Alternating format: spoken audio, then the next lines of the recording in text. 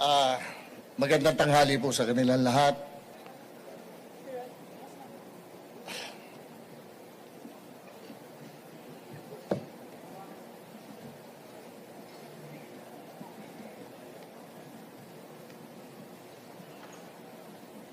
Marapatin niyo po.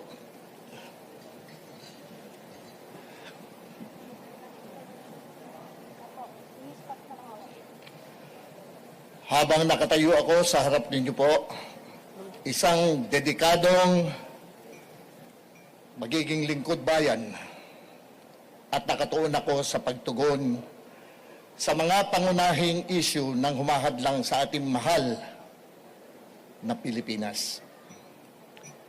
Ang aking pong plataporma ay nakatuon sa kapayapaan,